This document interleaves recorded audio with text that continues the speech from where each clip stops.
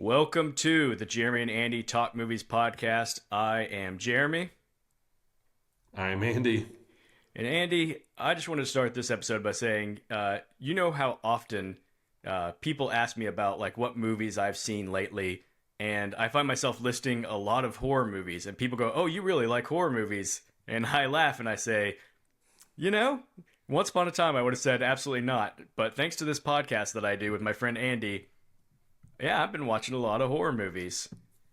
It was all part of my evil plan to just get you to. That's the only reason I do this podcast is it's a trick to get you to watch horror movies. It's a devious plan, but mission accomplished, Andy.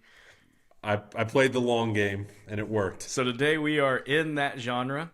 We are Yeah. actually going to be talking about a horror movie sequel, The Black Phone 2. I hmm guess just Black Phone 2. I don't think there's a the involved in that. Yeah. Is it? Yeah. I don't I don't know. know. I think I always say the I, black I phone. tend I to, don't know. but yeah.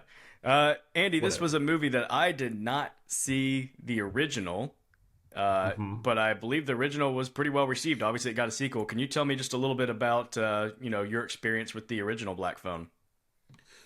Yeah. I just remember seeing the trailer for it, way back when, and it was Scott Derrickson movie, who I like. He did Sinister, which I thought was a cool movie, and he did Doctor Strange. The first Doctor Strange for Marvel, which is just a very, a great Marvel movie. That was in prime Marvel, and it had a cool visual style to it. So it's not like I'm a Scott Derrickson guy, but like I was like, oh, those are two movies that he's done that I really like. I'm a sucker for horror, and then I don't remember the exact. If I saw the trailer or a poster or whatever, it's just Ethan Hawke wearing that mask. And I was like, yeah, I'm going to go see that movie. It was just one of those ones. It was just a really easy sell for me. And Molly and I went to see it in the theater, and we were both just like, you know what? That was a good movie. I was never like, this is the best movie of the year. This is a groundbreaking horror movie. I just thought it was a good movie. Um, we talked a lot. We've talked a lot about sequels. I don't know that I was like, I need the Black Phone 2. But I saw they were going to do it, and it was the same director, and they had Ethan Hawke back, and the same brother and sister combo. So I was like, well, you know what? I'm just going to embrace it because we're getting it. And then I found out it was set during the winter, which some reason, like winter and horror seem to go well together. And then it was like at a camp, and I was like, you know what? Seems like this is going to be a pretty enjoyable movie. So that was kind of my history with the Black Phone 1 and kind of my hope going into the Black Phone 2. I remember, yeah, some part of the marketing for the Black Phone 1, if I remember correctly, was that it was Ethan Hawke's first time ever playing a villain in a movie. Yeah, it's probably right. Yeah, so it was kind of a, I don't want to say big deal. Like obviously the culture wasn't a buzz, but movie people were like, "Oh, Ethan Hawke, this very likable actor." But you think about it, you're like, "Yeah, he usually does play a good guy. Like that's sort of his zone." Yeah, the likable Yeah. everyman. And I remember hearing him say in an interview that he was enjoying getting to do something different and play, a villain. Um, hmm and so that was, yeah, it was definitely sold on his name. I'll say that. Yeah, and it was one of those movies that had a pretty low budget. I want to say it was like a $20 million movie or something. And I think it made like $125 million worldwide or something. So it was a big hit. And I don't necessarily hear a ton of conversation about it, but if it ever comes up with people, everyone's like, yeah, that was a cool movie. It just kind of seems to be a movie that people enjoyed. Yeah. So Well, Andy, I was a little disappointed in myself because you know, try to hold myself to a high standard here as a movie podcaster. And so, in the past, when movies have come out and I haven't been up to date on the franchise, I've done my homework, I've watched them, and I really wanted to get around to watching Black Phone before watching Black Phone 2. It was just a mhm. busy week. I couldn't find the time, and I did the cheat mode. I went on YouTube and I was like, just give me a recap of Yeah. Black Phone, and so that's all I had going into the Black Phone 2. But I think it served me well enough. I think it's fine. It's okay. Yeah. All right. Well, let's get to the actual sequel then. I'll try to give my summary, and then we'll talk about our thoughts. So, years after Yeah. the events of the original, siblings Finn and Gwen are still struggling to feel normal. A series of visions and dreams eventually leads Gwen to investigate a youth camp, and Finn comes along as her protector. There, they discover that the grabber's spirit is pulling strings and looking for revenge. Andy, Yeah. Was Black Phone 2 good? Black Phone 2 is unnecessary and ridiculous, and I loved every single second of it. I don't know. This just checked every box that I wanted it to check, and I had a great time with it. Andy, I probably could have guessed that you were like this movie. Yeah. This felt like a very Andy movie to me. Yeah. I thought this movie was not great. Yeah. That said, I thought there was like cool things about this movie. Mm-hmm. For starters, for my problem with it is I would say this movie was almost 2 hours long, and it definitely should have been 90 minutes. It is a slow burn, and I felt the burn in that slow. Did you? Yeah, a little Yeah. bit. Like it's a it's a movie. We say it all the time. We like movies that take their time, that let things breathe. Not a lot happens in this movie, and Yeah. frankly, a lot of the cool stuff they show in the previews, you got to wait till about like 75% of the way into the movie before any of that stuff actually starts happening. Mm-hmm. So, No, that's fair. Yeah. I get it. It's so hard when we do horror movies because it's just like I'm just so inclined to always like horror movies. I usually go with my daughter Molly, so that's always a good time. So it just lends itself to me being pretty happy. But I just think that to me, it's like I said from the get go, like cool setting. Like and movies like this, like that goes a long way. And I'll just jump right into this. I just thought a phenomenal performance from Madeline McGraw, who plays Gwen. I thought she was so good in this movie. uh, Andy, we might have our Kirsten Dunst moment of the year now. What is happening to us? This is your fault for moving away. You've caused a rift between us. Exactly what's happening. Listen, actually, I don't know if I blame her, but I think one of my biggest problems with this movie, and this is one of my first notes, was I just did not love the Gwen character. It was really hard to get a grip on her, and I was like, there's just too many like sort of contradictions going on with her character from the start. It's like very clearly one of those like 25-year-olds playing a girl who I couldn't tell what age she's supposed to be. Sure, they kind of like sure, at times I'm like, is she supposed to be 13 or is she supposed to be like 18? Is she supposed to be? They do like, oh, I'm kind of all shucks innocent all the time, but then she's also like, oh, but no, she's foul mouth. She's a foul mouth one. Like it was just a little like all over the place, and I'm like, I don't know what this character is. I cannot put my finger on it. It probably is not the actress's fault, other than being older than the character probably needed to be. But you know what though? I think she's only 16 in real life. Actually, I could be wrong about I just that. pulled this up and quick. She was born December of 2008. So yeah, you are correct. That is crazy. That's nuts. So yeah. You know what?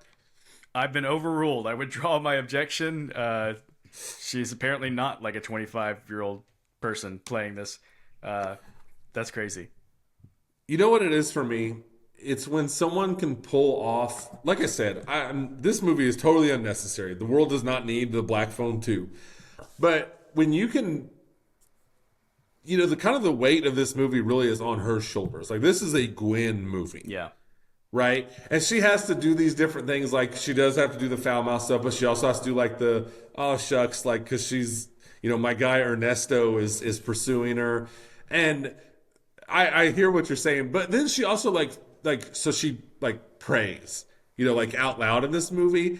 And that could be so hokey and cheesy and kind of cringy, but I just think she pulls it all off. And I just thought she did a really good job carrying this movie. I was all in. I was invested.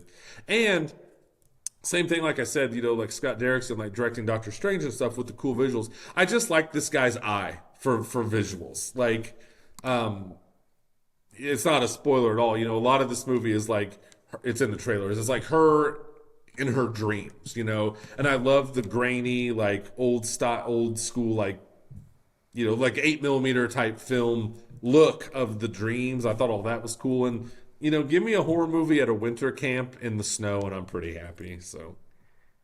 Yeah, you're right. Like that's probably the thing that I would say was the standout thing from the movie was the visuals of the dream sequence, that grainy throwback style, good score to go along with it.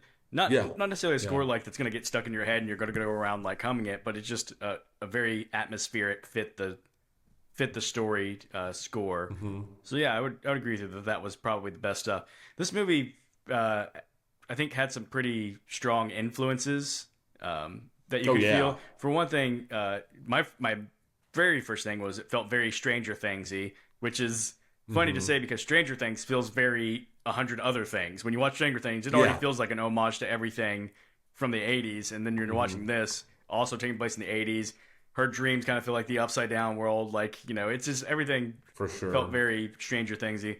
Uh, but then also you've got a former serial killer or child murderer haunting people in dreams, and at a camp, you're taking Freddy and Jason elements and Oh throwing them yeah. together in a sort of strangey thingy vibe. Like this, there's a lot of influences in this movie. Oh, there is. And honestly, like any other time that would probably be a criticism. I guess, it's like movies are so funny cuz like I would be so mad at something for ripping something off, but it's okay if it's ripping off stuff that I already like. You know what I mean? Like sometimes as movie fans we're just kind of hypocrites Yeah. because the thing I would hate about another movie I love about this. I mean, this is a Nightmare on Elm Street ripoff. Like you said, just at the summer camp taking the camp taking from Jason. But yeah, I mean the dream stuff is a absolute direct Nightmare on Elm Street ripoff. Yeah. So this was my biggest question about not having seen the first one and what I got from the first one. The the Gwen character had visions, I guess, in the first one was a big part of the story, Hmm. but there wasn't like much other supernatural element to it, was it? I mean, like Ethan Hawke's character was just a human kidnapper, serial killer, right? Right, but the big supernatural thing is the black phone Oh that's yeah. in that basement where Finn is. He's getting calls from children that the grabber has already killed Mm. throughout that movie, and they're telling him like, "Here's what you need to do to escape," or "Go check in the bathroom. I hid," something like that. So I mean, it is pretty heavy on the Okay, that supernatural. makes sense. Somehow, like I didn't really, I struggled to understand like who he was talking to and where. I thought maybe it was like they were. Yeah. Yeah, that makes a lot of sense. Uh, Yeah, I mean, don't get me wrong. These movies make no sense at all. I mean, they are supernatural movies. So this is one of those things. Like, I can't argue with you too much. I really can't. It's ultimately just personal enjoyment. And for me, like, cool. This was great. Like I said, characters that I thought were at least interesting. I loved Ernesto, just an all-time great, like awkward teenager. I thought in a movie. The brother, all this, it just worked for me. I was just a fan. I was along for the ride, but very willing to accept that this is not a perfect movie. I mean, this is not Weapons. Like this just tight original screenplay and stuff like that. This is ridiculous, but I was along for the ride. yeah. Uh, Maybe my biggest disappointment about this movie is that Ethan Hawke had very little to do, and He ultimately, I don't think it mattered one bit that it was Ethan Hawke in this movie. Yeah, no, no, no. That's totally fair. He was really, I mean, a minor character in this movie. Honestly, like he still looks great in the grabber, get up and stuff. And when he delivers lines, he's appropriately creepy and weird and all the things. And it honestly kind of seems like he's having a pretty good time playing a bad guy still. But he's used very little in the movie. Yeah, yeah, he's very sparingly. Like I said, it takes a long time for his character to show up. Hmm. It sure does. Yeah, no arguments here. Great moment though when he does show up. If I recall, the first time you really see him, she's having that dream and she's in the kitchen right next to the oven, and he just kind of slowly walks out of the corner. Hmm. And that's what I mean when it's like this dude just has great visual flair. I think like I just thought that was so I don't know. It was just visually pleasing as a horror fan to see this scary guy in a cool mask just walk out of a dark corner. Not a jump scare, not nothing like that. Just a slow walk out of that dark corner. I thought that was cool. Yeah, I think it's been a while since we've complained about movie trailers, so I'm going to do it again on here. Because there's not a ton of actiony seeming things. It's a very just kind of slow burn atmospheric movie like we talked about. They showed a lot of it in the trailer trying to get people excited about it. And I think, the shot you're just talking about was heavily featured in the trailer. And like if I It had not was. seen that, and we're slowly building to that reveal in the movie, it would have had a lot more It's a lot punch. more And it's a impactful. little annoying that the preview had to be like, let me go ahead and show you some of the coolest visuals and moments from from the actual movie, so that by the time you see it, you're going, I saw this a dozen times already in the preview. And once again, that's fair. And the other coolest shot in the movie, and this is kind of a spoiler, but it's all over the trailer, is like in the dream, he's like spinning her like with a phone cord or something. So she like spins in the bed, which is a real, and then like she's been cut, so there's like blood flying. It's a really great horror movie shot, but yeah, it was featured heavily in the trailer. So Yeah, no arguments here. even just they do way too much. The reveals of him both, I think both ways, with the top half of the mask off and the bottom half. They And show the both bottom. of that in the trailer. It's like, guys, save some of that for the movie. Yep, the trailer did give a lot away. I just try not to, I try not to hold that against the movie. Right. But yeah, it is disappointing. Absolutely, no questions asked. And I guess too, like I just like that. Again, we don't need the black phone too, but we got it, and it kind of fills in some of the blanks of the first one. Like in the first one, the whole movie you're led to believe that the mom, took her own life and stuff, and then it doesn't really matter that much because the black phone is not, the Godfather or anything, but it does kind of fill in some of those gaps from the first one. And the second one, you learn a little bit more, and there's a connection with the mom and the grabber and all that stuff. And I don't know, it just all worked for me. I really enjoyed it. Yeah. Just kind of a quick aside. The dad in the movie, played by Jeremy Davies, and who's actually like a really good actor. yeah, he is. But he is ruined. He's been ruined for life for me because he's the guy who plays Upham in Saving Private Ryan, the little weasel who just I know. falls down on the stairs and weeps while poor And we're Adam all Goldberg still mad at gets him for stabbed that. just and yeah. To this day, I was kind of laughed to myself that I'm like, here we are, what is it, 27 years later or something like that, and I see him and I go, screw you, Jeremy Davies. Why did you just sit there on that stairwell? Never forgive you. Fair enough. Yeah, like he in the first one, he's like a drunk, abusive dad, and you're like, that's not the worst thing he's ever done in movies. Yeah.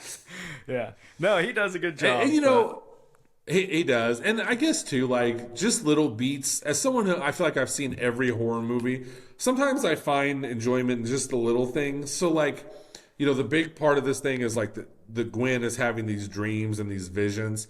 So in a lot of other movies, there would be like this large group of people or the other people at the camp is like, we don't believe you, you're crazy. And I did like how in this one, like they all just see it happening like pretty quickly. So they're all just kind of on board. yeah. Which you're right, this movie is too long, so that's a good thing because we don't have to sit through the scene where they're all like, oh, now that I've seen these 12 things happen, I do believe you. It's just those small little details sometimes that as a consumer of a lot of horror movies, I go, oh, cool, I'm glad we're skipping the thing where nobody believes her. Like they all see her getting thrown around and they're like, holy crap, like whatever she's saying is true. Yeah. And then, you have to do the thing where you just buy into the fact that they're like, so what's happening is the grabber is attacking me in my dream. And then everyone at the camp's just like, oh, okay. Like, we'll help you figure this out. Like, all that stuff is ridiculous. You just have to, it's just like, how willing are you to accept that all these people are willing to accept everything that's happening? You know what I mean? Yeah. I know. I thought maybe the most unrealistic thing in the movie is that all the people at the camp have been working there like for life for like 30 something years. And I'm like, yeah, camps have a lot more turnover than that. That's the most unrealistic part. Like, oh, somebody was here 30 years ago. Yeah. We've been here 5. There's been 8 different people in charge of this camp in the meantime. Like, yeah. Yeah. Yeah, absolutely. You could pick this movie apart so many different ways. So I get it. I really do. I'm just being funny with that one. But here's a serious question. As you're talking about having seen a lot of horror movies and the expectations, were you like me? Did you keep expecting there to be a twist of somebody else that was alive at the camp being connected to the grabber and being one of the villains? Or did you not expect Yeah, for that? sure. I absolutely did. It was the main guy. Like I forgot his name. Do you remember it? I'm gonna try to find it real quick. Mondo. I really thought for sure Mondo, or I was like, they've got like the stereotypical like overly judgmental Christian woman, and it was like she's hiding something. But at the end of the day, I kind of found myself glad that they just sidestepped all of that. Yeah, I was glad too, and I thought like man, I bet I would have enjoyed this movie more if I would have just allowed that that's what was happening instead of the whole time just Hmm. being overly suspicious of people in the movie, being like, nope, there's no way you're just actually a good person or something Hmm. like that, you know? It's kind of funny because this is simultaneously like a ridiculously overcomplicated movie. Like, oh, the grabber went to hell, but kind of, and the spirits of these three kids, and there's all this ridiculous stuff. But yet, it's also just kind of very straightforward. Like, Yeah, here's what's happening. I told other people, they believe me. I think we can solve all this by finding the bodies of these three kids. I mean, let's just say spoilers. Is that okay with you? absolutely. And then they do, and they kill the grabber, and the movie's just over. Like, and again, as a consumer of a lot of horror movies, I'm so glad when movies don't do the ultra lazy, like at the very last second, the grabber just jumps out of the lake. And, like we've seen that so many times. So I was glad when it was just like, oh, like the good guys kind of won, and then they just drive off, and all seems to be well. Yeah. I was really kind of surprised. We get to the end of the movie and nobody in the movie, like it's a horror movie, nobody dies other than the No, characters who are already dead in like flashbacks. And you're like, oh, I that's, know it's huh, it's kind of strange. yeah. Uh, Yeah, I thought for sure the Christian the snobby Christian lady and her husband, like, oh, they're just existing to get their heads chopped off any minute, and they don't. It's kind of weird. yeah. And there was a couple times where it Yeah, really looked close to it. I mean, and I thought they actually let the grabber kill off Mondo for a second because he yeah, pushes him in the ice and yep. like, but of course he doesn't. He survives. So, uh, I know it's definitely a choice. I think too. Part of my enjoyment comes from this because, like I said, when we were kind of previewing doing this episode last week, I was like, I want horror movies to come out at Halloween, and for the longest time, what we were getting at Halloween was the Saw mm, franchise. Like literally every year for like 9 years or something stupid. We were getting a Saw movie, and we've talked about it a million times. Those movies are so mean spirited and nasty and everything. And, this is a dark movie, clearly. It's about a child murderer. But it's like, it's not Saw. It's not we're just going to be gross, and every character is despicable. And like, this is like Halloween time's version of like a summer blockbuster to me. mm, Like something where you can just go and kind of enjoy it, and not everyone in this movie is just the worst, and we're not going for just the most gratuitous gore ever. Like it is to me, an enjoyable movie. And then we kind of somewhat get a happy ending, and we get where of course it's stupid, like Violet McGraw or Madeline McGraw at the end of the movie gets a call on the black phone from her mom mm. who is in heaven, and they have like this conversation. And that's what I mean when I say I think she's really good in this, because like if you describe that sounds so stupid and cringy, but I just thought she pulled it off. So side note, that Violet McGraw is the girl in the Megan movies. They're sisters. Oh, hmm, Yeah, okay. so these girls are good actresses and like horror, so good for them. Yeah. Speaking of the ending, the like very ending of them driving off and that just sort of being where it's left, they're driving off. You're getting a little bit of father and son dialogue. And they're talking about Hmm. just there. I think they talk about the nerdy boy. What's his name? That yeah. Ernesto.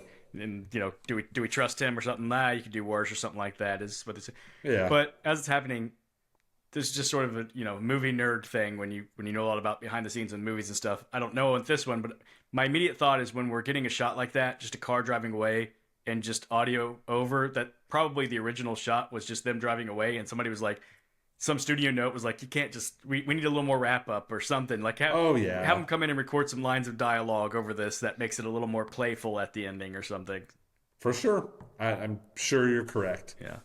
I feel like we just have to talk a little bit about Mason Thames, who plays Finn, because Yeah. he is, even though you're right, this is a Gwyn movie, he's sort of the central figure of the franchise, I think. Like he was the Hmm. original one that's going up against the grabber and such. And, Yeah, for sure. and you know, I don't know.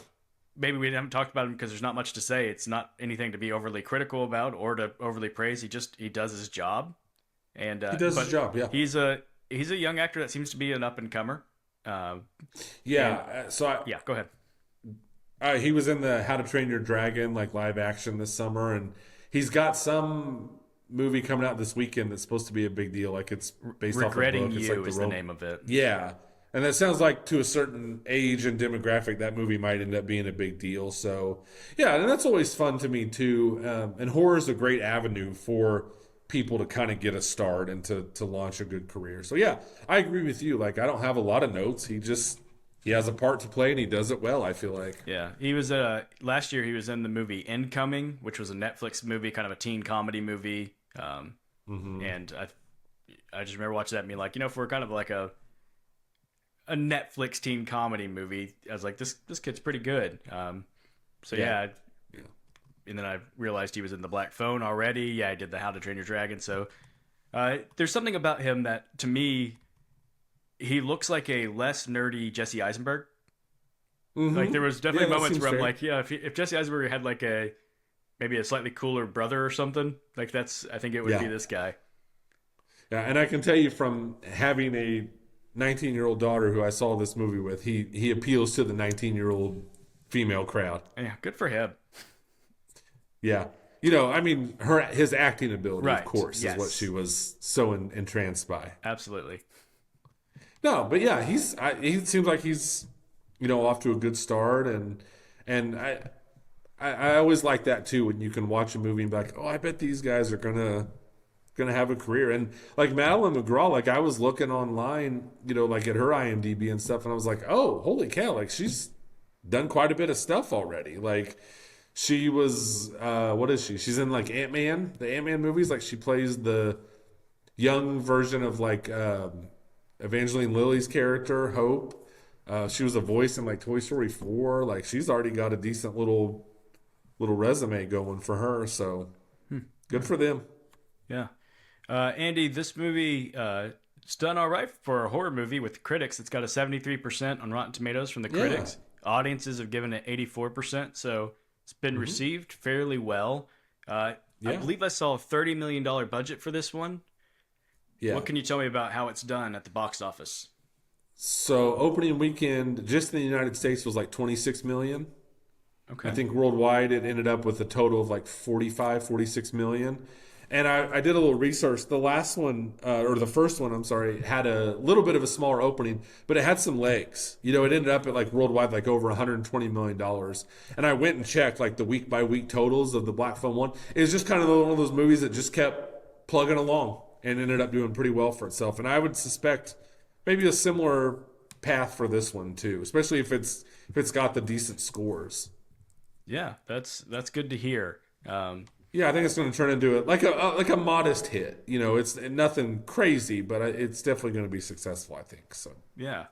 All right. So let's finish with this, Andy. Maybe the big question that the studios would be asking themselves: is there room for a Black Phone 3? Boy, I think they'd really be pushing it. I already did see online where Ethan Hawke was saying like he must really enjoy this, because he was pitching an idea for the Black Phone 3, and he's like, yeah, I want to see more of I want to see the grabber in hell or purgatory or wherever he is in the story, and we can tie in some backstory and all this stuff. And so, really, I would think just walk away after 2. I mean, it kind of feels like you told a complete story between these 2 movies, but certainly would not be surprised if we get a 3rd one. Yeah, if it ends up having legs like the first one did at the box office and being that successful, I wouldn't be surprised. And when you're in the supernatural already, he's already a dead guy haunting You can people. just keep bringing him back. Yeah, exactly. It's the Freddy scenario. Freddy and Jason, you can just keep bringing them back since they're already not living things. Yeah, I mean, when I was younger, we ate up all the Nightmare on Elm Street movies. Nobody ever asked why Freddy keeps coming back. So yeah, I don't know. Like I said, it probably shouldn't, because you might be pushing it, but they probably will. So right. Well, Andy, I think we haven't said it, but it's pretty clear where we landed that you would recommend this movie to people. I would. And I would. I'll be honest, I'm not recommending it. I would say that this is one. If you like horror movies, then I would say, yeah, check this one out. It's on the better end of horror movies. And yeah, if you're a horror fan, I just can't really imagine a scenario where you're like, oh no, the Black Phone 2. It checks a lot of the boxes. And honestly, if you're not a horror fan, I think this is one of the more easily digestible horror movies. Yeah, it is. I think so. I agree with you completely. Yeah. So yeah, everybody check out the Black Phone 2 and let us know what you Yeah. think. And then we will be back very soon with another episode where we're going to review Good Fortune and Yeah. totally different tone, but Totally different tone. should be a good time as well. Yep. Thank you for joining us, and we will see you guys next time. See you soon.